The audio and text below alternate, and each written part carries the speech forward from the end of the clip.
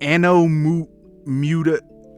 How do I say that? Alright, so I know absolutely nothing about this game. I saw an edit on Instagram and thought, hey, that looks pretty good. So yeah, I don't know if this game is good or bad or average. It's all new to me.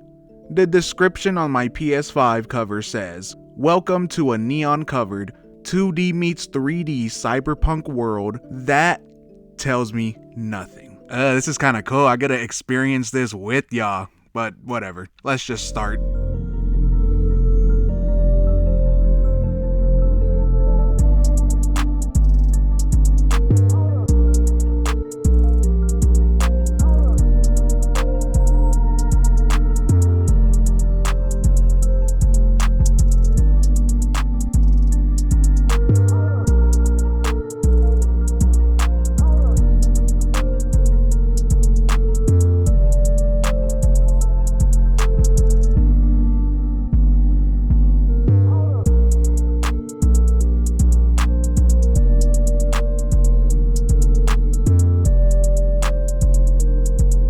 Alright, I have no idea what's happening. We got missiles and shit. These guys look important. Well, except for that cat. What is he gonna do? Say meow? Okay, so this is me, Ann Flores. Whoever this other girl is a little weird. Oh yeah, we get a pixel shower scene. I'm changing my name to Soul the Gooner. So now we have access to the city. Honestly, not bad so far. I'm actually really enjoying the art direction. Okay, we got a little band over here. These have to be the worst dance moves I've ever seen. Like, what do you call this move? The go for it? I also stumbled across this dude stuck in a sewer. This dumbass got himself stuck and wants me to buy him food? Bro, you could've just climbed out of there. I'm not buying you shit. So this doctor guy is having us do some tests, aka we get the combat tutorial. So as far as the movement goes, this is nothing too crazy. You got everything you need, like jumping and rolling. See, this used to be all a human needed back in the day. Then we changed everything when we selfishly invented taxes. As far as the combat goes, it's simple right now, but it's not bad. We got basic combos with our sword, like an uppercut, basic ground combat, and a down attack. We also have a gun for some long range. Bro, I don't want to play this game anymore. First they had me shower and now I gotta work a job. Yuck. They broke my 42-month no shower streak and my 123-month unemployment streak. This game pissed me off. I guess I'll keep playing, but just remember the sacrifices I'm making for y'all. Anyway, we got our first real level and it's not bad at all. We're chasing this guy around, running in and out of buildings. It's all pretty cool. I hope the different levels don't look too similar, but we are in a cyberpunk city, so I wouldn't be surprised. The enemies here are a nice little challenge, and they even introduce newer, stronger enemies like this dumb rhino guy who literally just runs off a building. This is your first introduction, bro. Lock in. We even have a boss battle at the end. It's nothing too serious, especially the first phase. The second phase is a little more interesting. It does more moves and we even get to use its weapon. I'm excited to see what else this game has to offer. I'm hyped, let's keep playing. Alright, now this is my kind of place since, you know, I'm Soul the Gooner now. This is what I need. Pixels. Alright, time for the second level and hey, they do switch it up. This time we're in like a sewer or something. The enemies here are these weird ass gross creatures. This crap thing kind of reminds me of Fallout. Just thought I should say that. You also got these worm guys. You get the small ones and then you got these big ass mutated looking ones. Nice variety honestly, way to set yourself apart, game. The boss battle here is this extra weird looking bug guy. The set piece here is nice. We gotta fight the boss and these little guys while defending the electricity shit in the background. So after beating the boss, Ann is like all beat up now. This happened after the first boss too. Is she gonna be like Deku after every fight, bro? Oh my god, bro. Oh, hell no, man. What the fuck? You serious? Ann, lock in. Also, now we're in this weird ass dimension. I was expecting Griffith's whole ass to pull up. The visuals are nice though, but I wish I knew what was happening. Okay, so I'm gonna just call this next place a level, but anyway. We start off with some heat. First of all, they letting the visuals shine and I'm here for it. We immediately go into a boss battle. This time it's another human. Now, no matter what game I'm playing, I always like a human boss fight more than any other type, so it's no shocker that this is my favorite fight so far. His moveset is powerful, but I can tell he's holding back, and this is definitely not our final fight with this dude. After the fight, Ann is, well, fucking dead on the ground again. Like, bro, come on. We go back into that one place and we're seeing some weird shit again. Then Anne wakes up and looks badass now. Oh yeah, now this is what I'm talking about. Look how strong we are. Alright, calm down, Goku, doing all that screaming. And oh my gosh, she's dead again. I'm gonna lose it. The rest of the level is pretty good. The enemies here are these little guys they call mutants. These guys are okay, you know, they do their job, adding a nice challenge. The boss starts by fighting these strong guys who come in waves. Starts with 1, then 2, then 3. Don't remember if a 4th one comes in, even though I just played this. Then 1 wakes up stronger. Now we gotta fight that one plus another one, so that's fun. Anyway, not a bad level at all. I'm excited to see more. Oh nice, we get to control the first boss we fought. This is really cool. In concept, the execution this shit is just too slow. You got 2 attacks and they take an eternity to do. One of them is completely pointless. It barely does any damage, so yeah, that was pretty ass. Next area mainly revolves with unflooding this area. Honestly, this is the first nothing area in the game for me. I do think a more rundown area with these bug things is cool, but honestly, that's about it.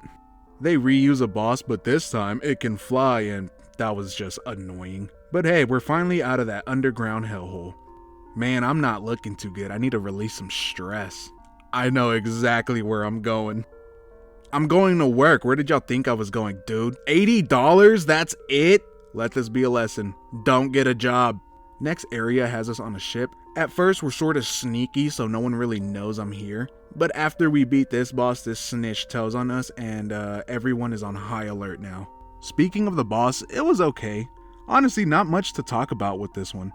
Now I'm really starting to dig these different enemy designs. They're starting to get really creative with them. Also, the level design keeps getting better with each new area. Also, this boss fight is pretty badass, especially the scope of it all. We have to dodge these big ass crane arms. They're shooting missiles at you, trying to crush you, and then they do these electrical attacks. It does get repetitive because it shows us all it has at the start, but other than that, pretty good boss battle. Okay, real quick, this boss right here is not part of a level or anything, but I do not like this one at all.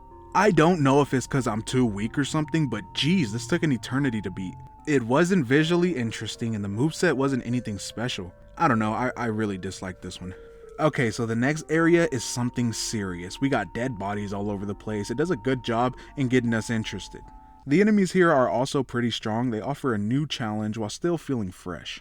Our first boss fight here is absolutely fantastic. This one kept me on my toes the whole fight. Her moveset really makes you stop and strategize. It's great.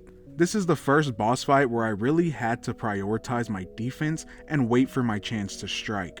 Definitely my new favorite boss. The level continues and they throw in some new set pieces to spice things up. The main boss is whack. I'm getting really tired of these big monster bosses. I died a couple times, but look at him now. Yeah, now what, bitch? Alright, directly after that is the next boss. And it's not 1, not 2, but 3 bosses all at once. Are you kidding me with this shit? They tease you at the start too, like, oh yeah, it's a one-on-one. I remember parrying this bitch and being like, damn, maybe this is how I'm supposed to play the game. But that didn't last long, cause dumbass pull up. This is not a good challenge, and this is honestly such a pet peeve for me when it comes to gaming. Throwing more at you doesn't count as a fair challenge. Sure, it's hard, but it's not a true challenge. A boss fight should test your skill on a more personal level, if that makes sense. That's why I usually enjoy more human boss fights. For example, the boss I said was my favorite forced me to change how I play. It made me switch to a more defensive playstyle, allowing me to learn how to parry and block properly. In this boss fight, they throw more at you and it has no real substance. All the attacks feel like spam, and to me, that's never a good thing in a boss fight. It doesn't make me want to learn or get better, it just makes me get annoyed. I'm 99% sure that beating this boss would not give me a sense of accomplishment. I wouldn't gain anything from it, and that's how you fail as a boss battle. I did manage to beat one of them, but then another one popped up. That's when I decided to call it quits. Another huge factor to why I didn't really want to keep playing was the story. It's not necessarily bad, but I was pretty uninterested. My PlayStation said I'm like 71% done with this game's story, and we're still looking for her damn brother. Also, none of the characters really stood out. I can barely remember their names or what they even look like. The main character is okay, if not a little bland. She has the whole stoic, serious girl personality, kinda like Eve from Stellar Blade, you know, that whole style. Now there is one character who stood out a lot, but for a weird reason, and that's Ayane. She is the definition of a horn dog. Some of the shit she says is wild, always begging Anne for a kiss. I mean, look at this scene.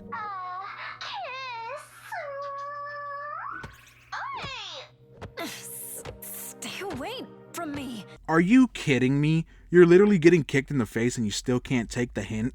You know what? That's not even a hint. That's a straight up defense mechanism. And I know some of y'all are like, bro, that's just how she is, you know, she's quirky.